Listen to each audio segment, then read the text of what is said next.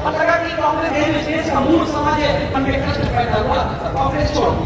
देश में दुनिया में एक देश है तुर्की, तुर्की के शासक को खलीफा कहते हैं। क्या होना चाहिए था? अंग्रेजों ने हटाया।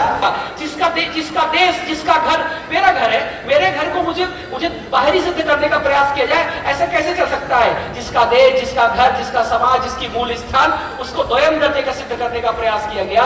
ये बात उनके मन को कष्ट देती रही। और हम सब संघ के अंदर एक गीत गाते हैं, हृदय की व्यथा संग बन फूट निकली। और उनके जो हृदय का कष्ट था, क्लेश था, जो क्षोभ था, हिंदू समाज के साथ व्याप्त जो बुराइयां थी, हिंदुओं में आपस में एकत्व की जो कमी थी, उन सब बातों को ध्यान करके 27 सितंबर 1925 विजयदशमी का वह पावन दिन, जिस दिन भगवान श्री राम ने रावण जैसे दुर्दांत आतंकवादी के पूरे परिवार का समूल विनाश करते हुए इस धरती पर धर्म की संस्थापना की थी, उस दिन को चुन करके पूरी डॉक्टर केशवराव अम्बेडकर ने 27 सितंबर 1925 को विजयदशमी के दिन नागपुर में राष्ट्रीय स्वयंसेवक संघ की स्थापना की। क्या करेंगे पता नहीं, कैसे करेंगे पता नहीं था। बहुत सारे लोगों ने काम कर रखा था, उनके काम में आप नया क्या काम करेंगे? कुछ नहीं करेंगे। बोलेंगे एक काम करेंगे, मैदान में जाएंगे, एक भगवा ध्वज लगाएंगे।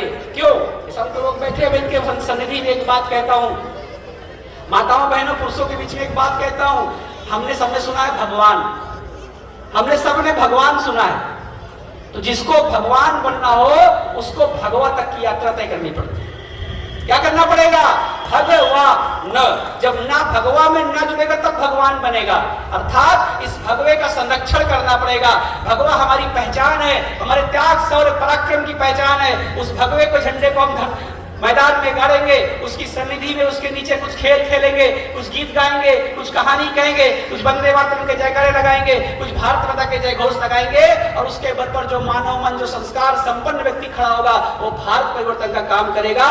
वो काम 1925 में चालू हुआ। देश के कोने कोने, गांव गली मोहल्ले में राष्ट्रीय स्वयंसेवक संघ फैल गए।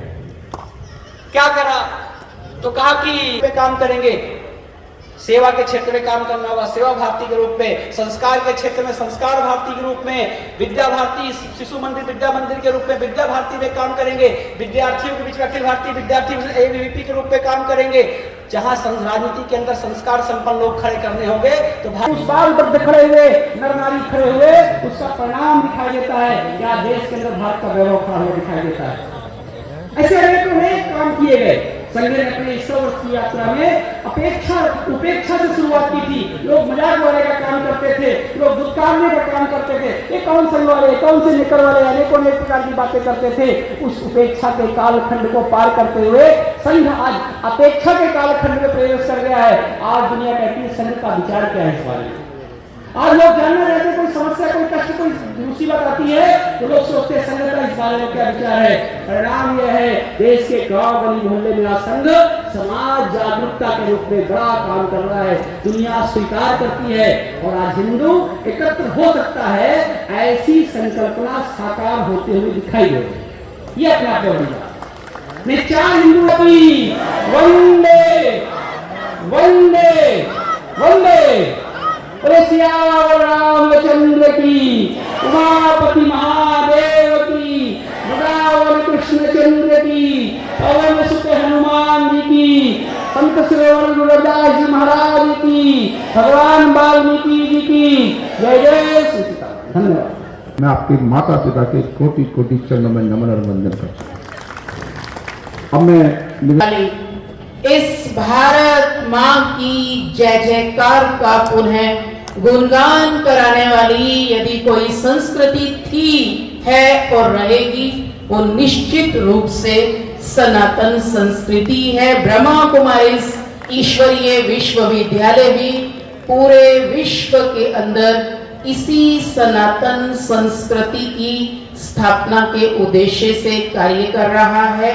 आज इस मंच ने आमंत्रित किया, यहाँ आकर के बहुत बहुत सबको सुनकर के अच्छा लग रहा है। पुनः मंच को नमन, इस सभा को नमन। आज एक विशेष कार्यक्रम हम सब ने रखा था और हमारी बड़ी दीदी रामपुर से आए हुए हैं, वो नीचे बैठे हैं, मैं ऊपर बैठी हूँ, मुझे अच्छा नहीं लग रहा था, लेकिन हमारे आदरणीय भ्राता जी शिव कुमार जी का संकल्प, सो मैं पुनः आपसे थोड़ी क्षमा लेते हुए भी मुझे जाना पड़ेगा, तो मैं क्षमा लेते हुए आप सबका बहुत बहुत नमन और शुक्राना करते हुए आपसे छुट्टी लूंगी।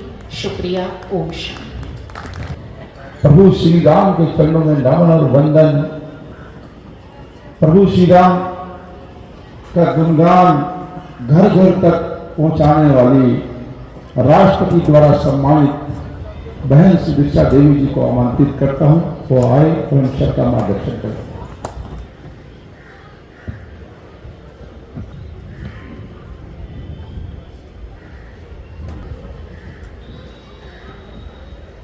परम पूज्य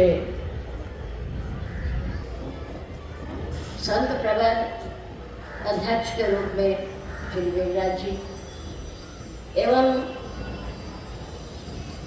हमारे बीच में धर्म ध्वजा को धारण करने वाले हमारे आदरणीय श्री पूर्ण चैतन्य प्रकाश जी,